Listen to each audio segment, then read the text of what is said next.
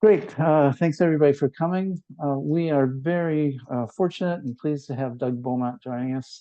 He is a Cumberland and was part of the band that won the recent 12 bell striking competition. So we're going to ask him certainly about that and how they go about preparing for that and what the day is like and things like that. I'd like to start though by just asking you a bit about your ringing history, how you started ringing, how you got better, and then perhaps a little bit about the Cumberlands. So, how did you what's your ringing history? Well, I started at the tower where I ring now, which is St. Peter's in Caversham, near Reading, or part of Reading. Well, I started in 1967, and I've been ringing there ever since, actually. So yes, I was in the Oxford University Society from 1973 to 1976. So that's where I learnt quite a lot of my ringing and made progress. And then I think I rang my first 12 bell peal in, I think in about 1974 in at Kingston. So I've sort of made progress right through those years. We had I think I got onto 10 bell ringing when I rang at there were practices at Warfield, which is a small town about 10 miles east of here. In It's a town or a village in Berkshire, but that's we used to go there, and that's where I learned how to ring on 10. And I just remember at that time, I thought when I was coming down from behind, when I was say in Plain Bob Royal, being behind, and it seemed an awful long way down to 5, 6 down and 3, 4 down.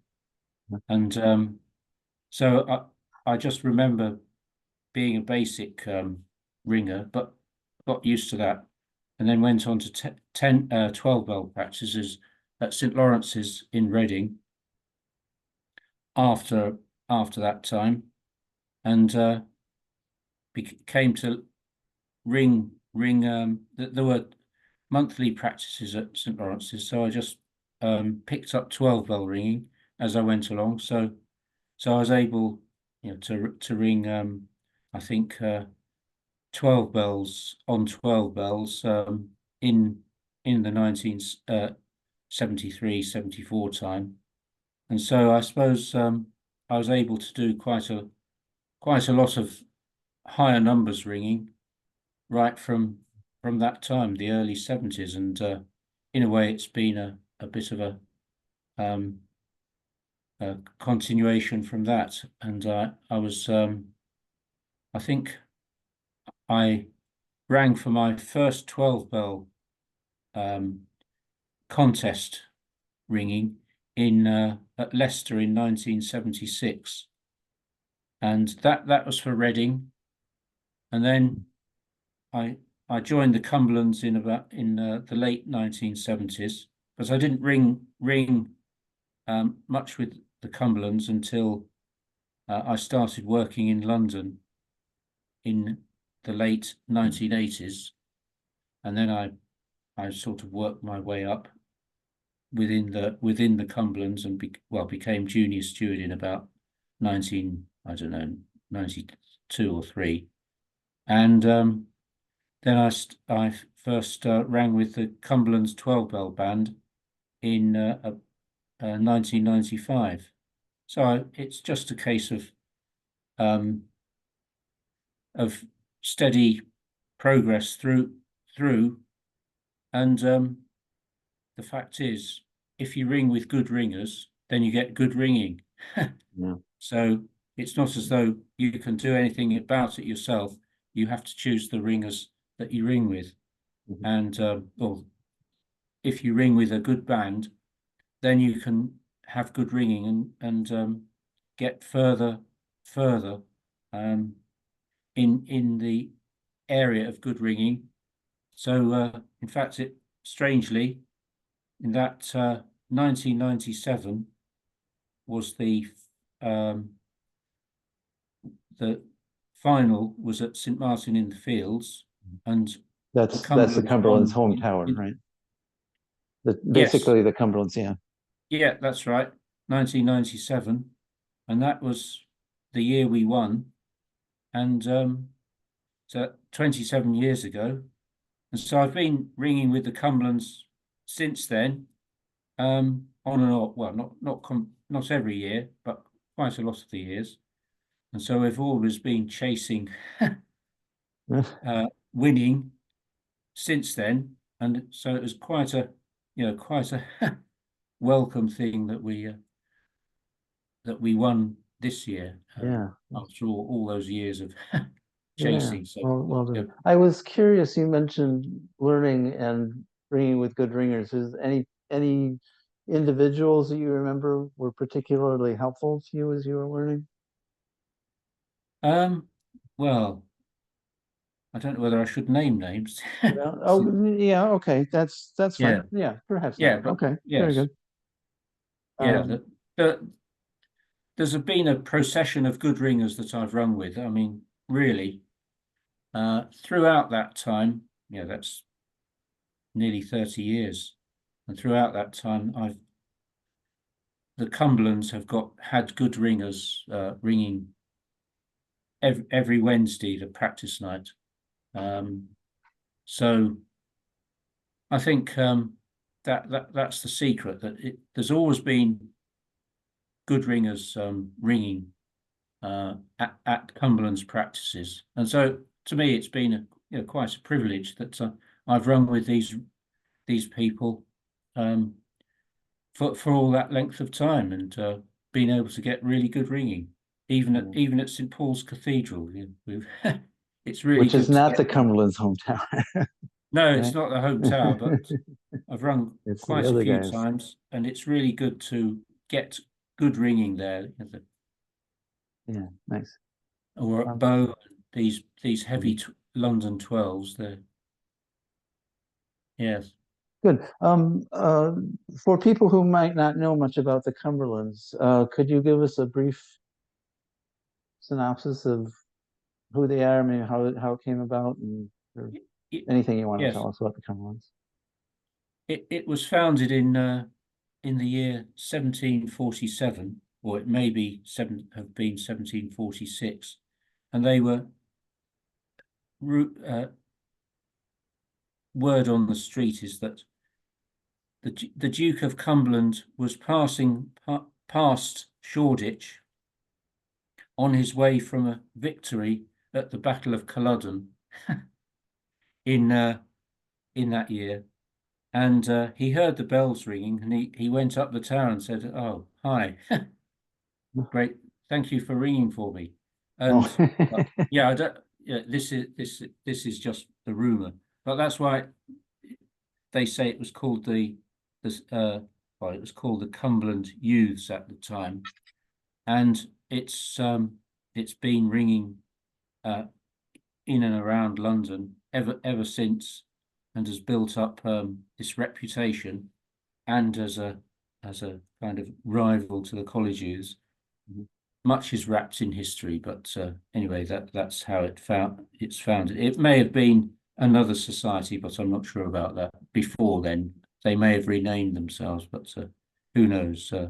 But yes, and we've rung in and around London, but I think there have been ups and downs over the years, but now we seem to be fairly established in London and around the country, actually around the world. So so how would you describe a purpose of the Cumberlands? Is there, you have, excellent practices where good ringers can congregate, and you travel around a bit and encourage good ringing other places. Do you want to say yeah, anything?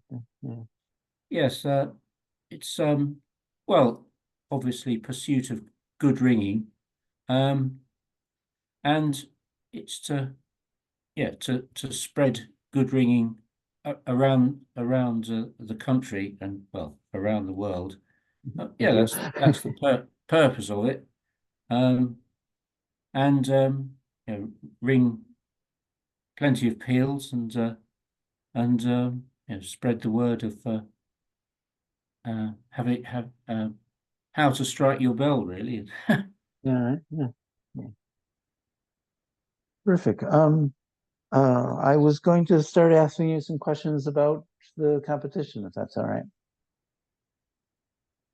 Because we hear about it, but we don't know the nuts and bolts about how you. I'm thinking about how you prepare for it, and how you get better. So things like, well, here's a good start, perhaps. How do you get the band assembled? How do you choose who's in the band?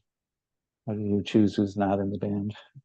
For the 12 bell they Right. always say Yeah. it's the contest, you see. Okay. Oh, thank you. 12 bell contest.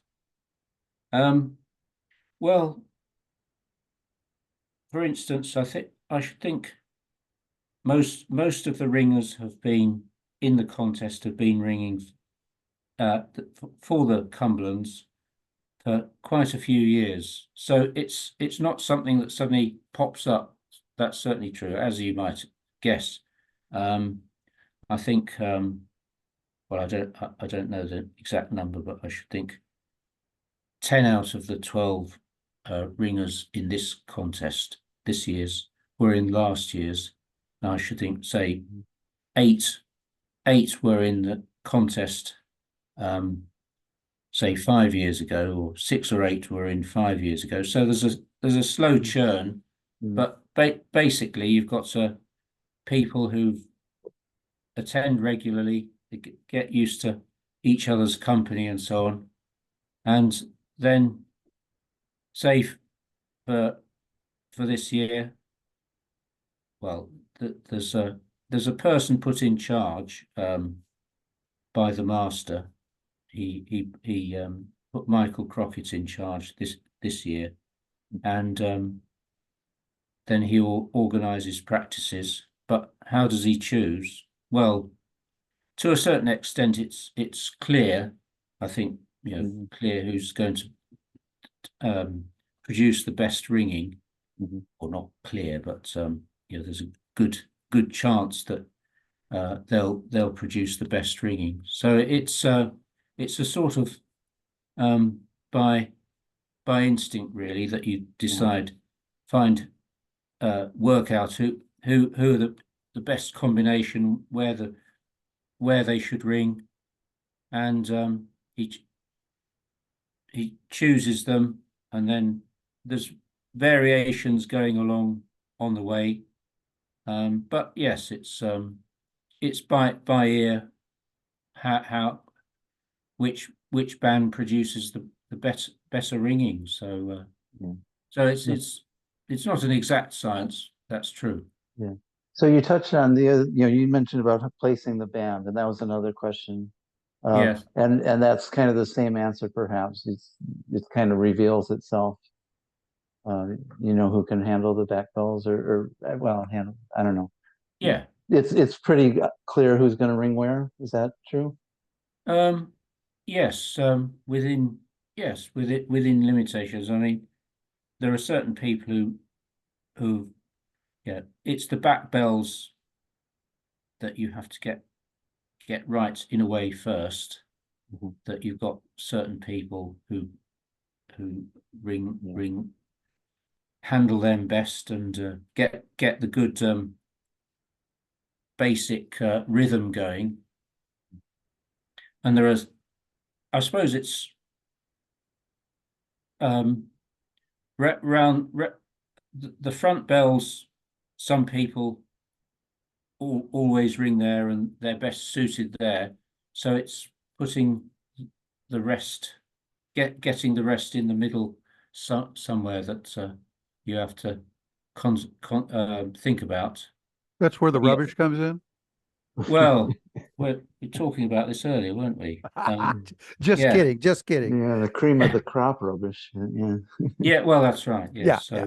yes, you have to, everybody has to be good, really. Mhm. Yeah. Um, I was curious what how you prepare in terms of practices. Do uh, you have times that you practice with just this group, and when and where and how you arrange that? Yes. Um, in a way, the practicing goes from year to year. So Mm. you've got the basics from year to year. You've got good ringers, and they can produce good ringing. And it's just a case of getting regular practices nearer the time. As you get nearer the time, you have to really, really get used to ringing together and ringing the method. So on bells close-ish to the weight of the Mhm. where you're going to hold the final. Mhm. So I think the continuity from year to year is really quite important. But once you've got that, to really to produce, knock off any polish, give it some polish to really ring quite regularly. So we had practices,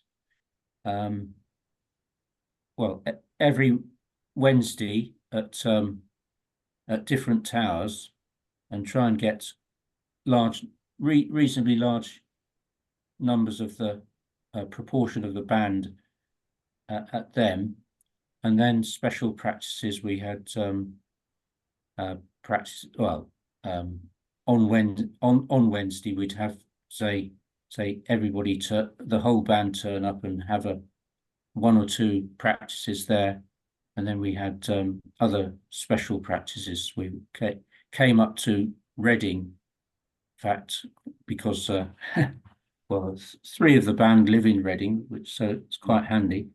So so we had a special practice at St. Lawrence's, and just regular keeping going and getting used to ringing with each other. But I can't say that that's the formula for winning, because until you actually take part, you don't know that you're going to be in the winning band. Mhm. The eliminators, do they try to make them about the same weight as the finals? Yes, that's right. Yes. All right. The one we were in was at Portsmouth, and they're heavier than Chilcompton, but you don't go for heavy eliminators. So yeah, they're just a bit heavier Okay. than Chilcompton, but roughly the same weight. Yes. Right. And you talk about getting used to the weight. Uh, there's also potential different sound. Uh, you know, some are places are easier to hear the bells than others. Is that something you try to prepare for? Um, I'd say that there is an effort made to place each each eliminator or final at bells that are reasonably Yeah. Okay. straightforward to Yeah. hear. I Yes. think yeah. A lot of times in the interviews afterwards, you'll say, "Well, Mhm. we had some trouble hearing." Uh, so I was curious if that presents issues, but you're Um, suggesting usually not, I guess. well, I don't think that's usually too much of a problem, really. Okay. You have to say, if you've got good ringers, then they're going to ring the bells well. All And what might be difficult to hear for a less experienced band, if you've got an experienced band, then they're going to be able to hear them better. I won't name any names, but of bells that are difficult, really quite difficult to hear. But I think the 12 bell committee would steer clear of them. But yeah, I guess if that any 12 good 12 bell band ought to be able to Yeah, okay. produce good ringing from more or less any more or less Yeah, any. okay. All right, so that's not part of your Well, preparation it's plan. it's not really it's not really Okay. an issue. Gotcha. Okay. Good, thanks.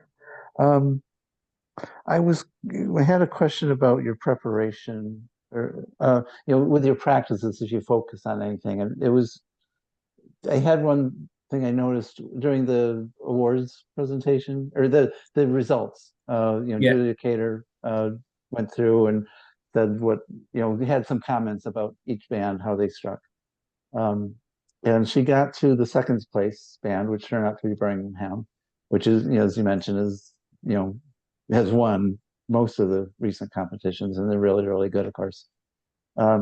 And she said something about it was good ringing, but there were issues with some of the striking. And she said, with ringing this good, that you really should work on that. And everybody kind of gasped. But I'm curious, it made me wonder what specific things you might try to hammer out in a practice, work on better leading, work on keeping the back bells moving better, the front bells tighter, or something like that. You could answer that in question or you could answer that in memory of any specific things your band worked on. Yes. Well, I did hear it said that one of the bands in this year's competition, this wasn't one of our band, but well, it was a listener listener to the broadcast saying that the bells at the back tended to string out. Yeah, okay. So they were making difficulties for the people leading in the next change. Sure. And obviously, if that's a problem, if you then your ringing's bound to be made uneven. Sure, But yeah. you see, I don't think you can say, right, I think we have to defend against this because you have to take each piece of ringing as it comes, really. And the conductor isn't really going to be able to say, oh, that we're stringing it out at the back. Once you're set along a path during the contest, during your test piece, there's not much you can do about it, really. Well, I understand that. Oh, sorry, go ahead. Yeah, no. My thought is, during your test piece, for sure, you just got to, pay attention to what you're doing in the moment. But I was thinking in your practices beforehand that, Yes. guys, we're consistently doing this. We got to fix Yes. that if we're going to do better in the. Yes. That is true. You can say that, but it's quite difficult to do something about that. If somebody says, well, somebody says to somebody else, well, you're ringing a bit close or you're ringing a bit wide or whatever. It may be that the person that they say it to thinks, right, well, I'll do something about that, and they go in completely the opposite way. So it's a case of doing it repeatedly and gradually getting it closer to what you want. To improve improve your ringing. Because one thing you notice when we go for we're usually allowed to go to a tower to practice, to the final tower, the tower where the final is to be held. You're able to go to practice for an hour and a half, and what you notice is slowly over that, say 4 or 5 test pieces that you practice, it does gradually improve. Mm-hmm. So it's just a case of keeping at it over and over again and improving. It's quite difficult to say, well, X has got to do something or other. You can say that, but yeah, I'm not sure. Yeah, okay. Yeah. I suppose the ringers who we're talking about are good enough that they're going to notice it on their own, perhaps. Well, yes, that's right. Yes. So any difference is going to be marginal, and sometimes I suppose it gets down to ringers. You respect their opinions, and so if the say the conductor says, right, I think you just need to be a bit wider here or closer there or whatever. If you think, well, this is the person knows what they're talking about, then you say, right, I need to do that. But any difference that you make has to be so marginal, because when you're talking about 12 bell ringings, it's milliseconds of of time that makes a difference. That's really, it's very close, so it's easy to overcompensate and such like. Okay. So it's just repeating and repeating the ringing. Yeah. I noticed Alan asked a question about how long the test piece is. So it was like a half course of a half course of Cambridge this year, right? Yeah, it's 6 leads. Well, when it's Cambridge, it's 6 leads, and you bring it round by saying plain hunt. Yeah. So that's 12, 13 minutes ringing. Mm-hmm. Yeah. Steadman, it's a couple of courses. Right. Yeah. Yep. So one other question. Sorry, let me just. Please. One other question about the practices. Are you basically, since you know what the test piece is, are you practicing that exact thing over and over again, or are there other things that you put around it to strengthen in some other way? Yes. The basic is to go through the 6 leads of Cambridge each time. But what you can do, I think we did it a couple of several times. You can ring a course of Cambridge and then a course of Little Bob, and that comes round at 1 lead. And so if you think we need to practice our first lead of Cambridge, because that can be a bit you can get that slightly wrong, because it's the first of the lot. So you can keep practicing that by just going Cambridge for 1 lead, Little Bob for 1 lead, then a few rounds it comes round, and then Cambridge again and Little Bob again, and just to practice, so that you can do little tricks like that to I had a question. So a little bit about Jack Page, because he was the captain of this team this year. Is that right? Sorry. Jack Page. Jack Yes. Page. Yeah. Okay. Yes. And as I understand, he rang with the Birmingham band. Yes. And won with them a few times, I think. Yes. So I'm curious if he, brought any preparation ideas or changed any approach that the Cumberland band took. I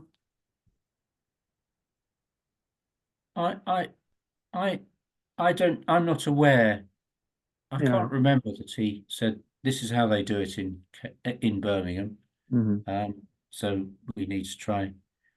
I think he says, yeah, they're good ringers. Get the practice in. So anybody should be able to do it. So Yeah, yeah. yeah, I don't think there's. I mean, there was always this rumor that the Birmingham ringers used hawk ear and Ah, analysed everything with hawk ear, but yeah. I'm not sure that that's the case. But yeah, Could you just say a word about hawk ear in case somebody doesn't know? right. Hawk ear is it's it's a piece. It's software, and you can record the ringing and process it through this software and get a readout of your ringing, a visual readout of your ringing, with each bell shown how many milliseconds it was late or early. And so millisecond, a thousandth of a second. So it's pretty accurate. It's quite complex because ringing, any piece of ringing changes its speed through. So how's Hawk here to decide whether a bell is late or early?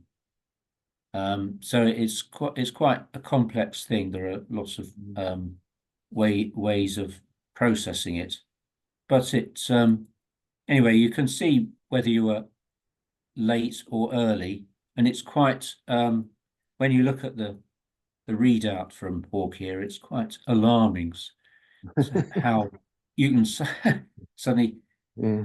and it shows you the 1 week area in Cambridge is when people are making places. Their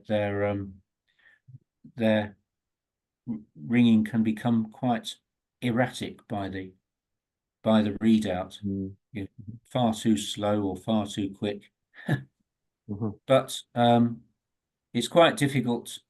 You can look at it, but how do you decide what to do from it? Uh-huh. That's a bit of an issue, really. So Does hawk ear? Oh, sorry. Go ahead. you need to learn how to use hawk ear, not just go to it and say, "Oh, I need to do such and such."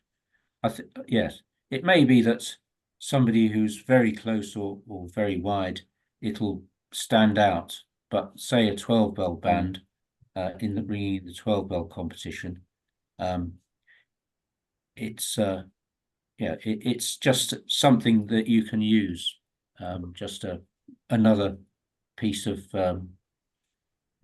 facility that you can use to help you. Is hawk ear used for judging the contest at all? It's somehow involved, isn't it? Yeah, oh yes. It's been used for years actually. And I suppose you could say it's possibly controversial, but people say, "Oh, they just use the hawk ear result," but that's not the case. It's just something that the judges use to assist them, but it has been used for a long time. Yes, Hmm. yes, that's sort of how it's come to the fore, really, through the Okay, I see. 12 bell contest. Yeah. Yeah. Uh, I have one last question, and I'll certainly, other people might have questions. I hesitate to ask this because I might not get the answer I want, but I'm curious how counting plays in. If you're ringing, are you counting to 12 and placing your bell within that count? And do others do that? Um, I personally couldn't count so within my head to count the bell. The bells are such a short distance. I couldn't count like that, so Okay. I don't count. Do you count on smaller numbers? Um, You're I wouldn't not say sure. Yeah, so. fair I enough. mean, I know where I am Okay. in a change, Hmm. so I wouldn't say if you're ringing a complicated method like Orion, you have Yeah. to know which place you're in, and so Mhm. you definitely have to count then. But say Cambridge, you go 1, 2, then 3, 4, then 5, 6, 7, 8, and so on. That's different than what I mean by counting, actually, which is fun, interesting you say that. Okay. So I'm thinking, if I'm doing a plain hunt, and Yes, 1, 2, 3, 4, 5, 6, and then I'm going to count 1, 2, 3, 4, 5, 6, 1, 2, 3, 4, 5, yeah, 1, 2, 3, 4, 5, yeah, 6, 1, 2. That's what yeah, I'm intending to mean. And so yeah, yeah. okay. So I that's I, I 1, 2. can't That's count like that quickly okay. in my All head. right, fair enough. So the people down the hall are gonna be glaring at me when I walk down, but that's okay. Yeah, All right. I think that we are well over half an hour. right. I said half an hour. Oh, I don't know if yeah. anybody else has questions, but anybody else want to get a quick question in still? I'd ask Doug, I'm sort of curious in terms of sort of preparing. Obviously, it's very impressive that you guys won. That's especially given how much Birmingham's dominated. Do you feel Yes. like you sort of came in thinking you had a better chance this year? Was there something different, or was it just on the day you happened to? Does it all just come down to the day? I mean, do you? Yeah, Yes. Well, yes. We'd been practicing quite a lot, and we thought we'd had a good chance. But yes, but it's all down to what happens on the day, really. So yeah, I mean, next year it's you're making your way from point zero. yeah. Well, So but you're saying so it's a lot of the same people carrying on, right? yeah, that's right. Yes, yes, yes. There've been feelers out for next year's bands, and it's going to be a completely different thing at the finals at Redcliffe, which are Mhm. 50 hundredweight. So That can be Stedman then. I think so. Yes, yes, it must be. I mean, it's Cambridge this year, so Stedman next year. But the year after, I believe the finals at York, so it might be Stedman then. So, how many different choices of methods? Is it just the two, or is there 5 or 6 or 58 or what? Over the years, one or two other methods than Stedman and Cambridge have been chosen, but I mean, it really has settled to Stedman and Cambridge Okay, thanks. over several years. I don't know how long, but yeah, because Cambridge is good because it's quite hard to strike. Once you're below the treble, then the bells come at you in an irregular order. Above the treble, they're in the standard 2, 2, 4, 6, 7, 5, 3 or whatever, that sort of order, but below the treble. And so you've got big bells and little bells suddenly coming at each other. So it's Cambridge is quite a good test of for a 12 bell, and everybody knows it. So it's just about the striking. And of course, Stedman, the bells are quite irregular order anyway. So for 12, for sinks, it's a good method. Just looking, Doug, the last time it wasn't either of those was 2015 with Lincolnshire at Norwich. All right, yeah, So quite a while ago. yes. Well, that's right. Yes, and yes, that's a good test. But yeah, definitely. It's the 12 bell committee who decides. So, in their wisdom. I think I'll bring this to a close. Doug, thank you very, very much. This has really been My wonderful to pleasure. talk to Yes. you and very informative. So thank you so much. Right. Okay. Doug, this is Right. very interesting. Thank you so much. Yeah. Right. Hope it's